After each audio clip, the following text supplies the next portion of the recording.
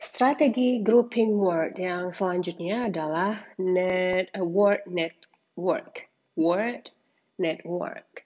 Kalau tadi si common feature itu kita sengaja mengelompokkannya dengan menggunakan table-table gitu. Kalau sekarang lebih ke dalam bentuk jaringan.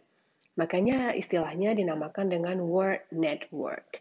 Ada step-step yang akan kita lakukan ketika kita ingin mencobakan si word network ini untuk menjadi strategi kita meningkatkan vocabulary demi mengingatnya dan nanti menggunakannya pula secara aktif.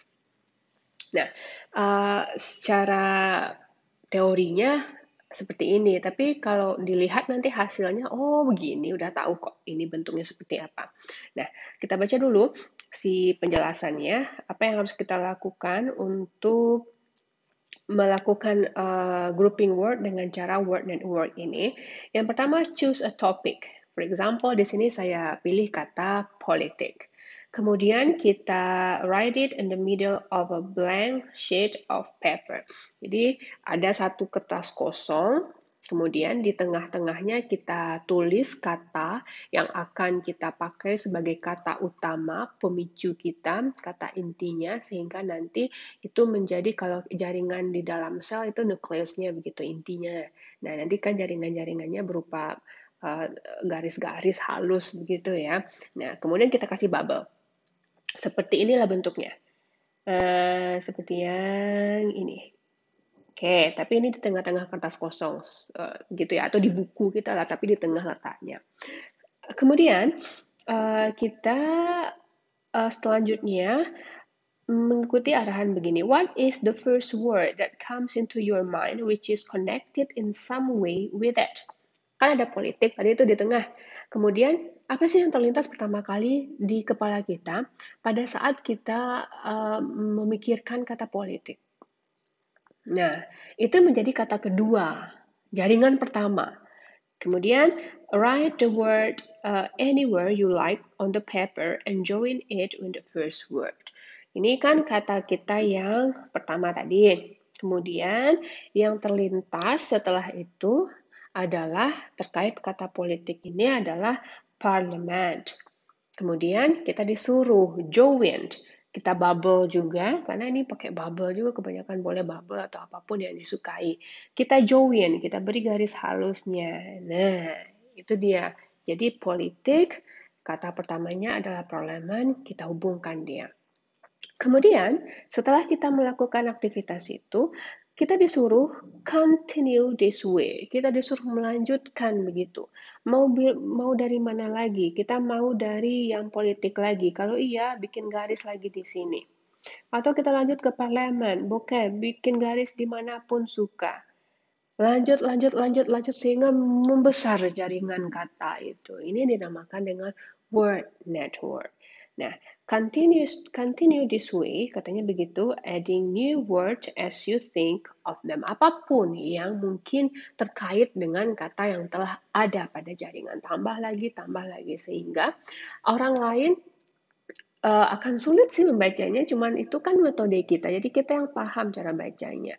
Sehingga bentukannya, contohnya ini saya contoh dari punya orang lain ya, bukan punya jaringan saya, jaringan kata saya, bukan dari contoh orang lain. Hasilnya akan seperti ini.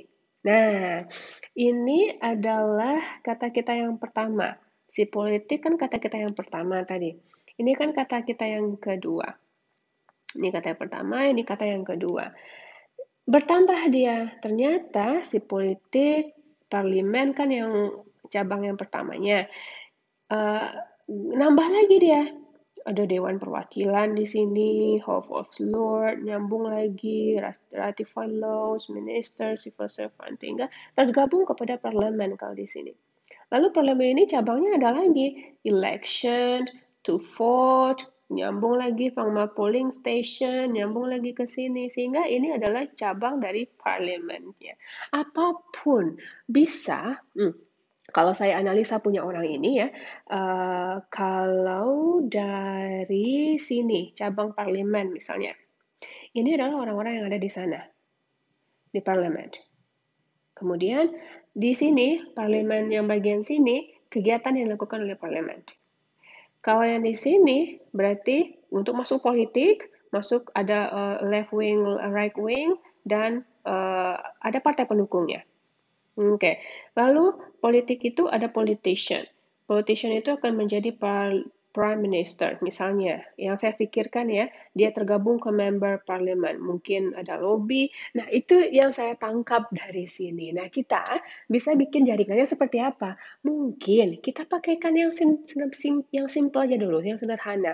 Cabang sini, cabang satu adalah sinonim. Cabang 2 adalah antonim, cabang 3 adalah contoh, atau cabang lain adalah apa namanya collocation, macam-macam bisa kita pakaikan. Jadi ini adalah punya kita. Aha. Jadi semakin banyak jaringan terbentuk, semakin mungkin gampang kita ingatnya dan kita bisa recall kembali dengan mengingat cabang itu kalau kita orangnya visual dan uh, terlihat itu apa yang ditulis itu lalu ingat mungkin bisa bermanfaat. Mungkin sekali bisa bermanfaat. Kan udah ada dua tuh grouping word. Ini yang pertama ada common feature dengan pola tabel-tabel. Yang kedua ada word network. Nah, mungkin ada yang bisa dipraktekkan untuk sebagian orang. Kalau sudah master dengan strategi sendiri ya lanjut aja. Tapi bagi yang saya ingin deh bisa seperti itu sehingga timbul semangat lah paling tidak untuk belajarnya kembali untuk vocabulary ini coba dipraktekkan. Kita akan kagum sendiri nanti melihat, oh jaringan saya sudah banyak, ternyata banyak kosakata yang sudah bisa saya pakaikan. Tapi jangan lupa, itu tidak tinggal di kertas begitu aja, dipakaikan secara aktif. Sekarang banyak platform. You can create a YouTube account. You can create podcast. Ngomong aja, ada pendengar, tidak ada pendengar, yang penting kita exploring yourself into the English dengan menggunakan vocabulary. Atau bagi yang hobi nulis, you can have a blog. Saya pernah baca sebuah blog mahasiswa hukum internasional, hubungan internasional. That's really good. Saya suka itu. Dan dia juga suka baca, sehingga yang dia ucapkan itu bagus jadinya. Nah, coba di latihannya untuk word network ini, silakan akses langkah 7, ada sedikit latihan di sana untuk menimbulkan semangat kembali menggali kosakata yang telah dimiliki dan yang baru dimiliki dengan pola word network.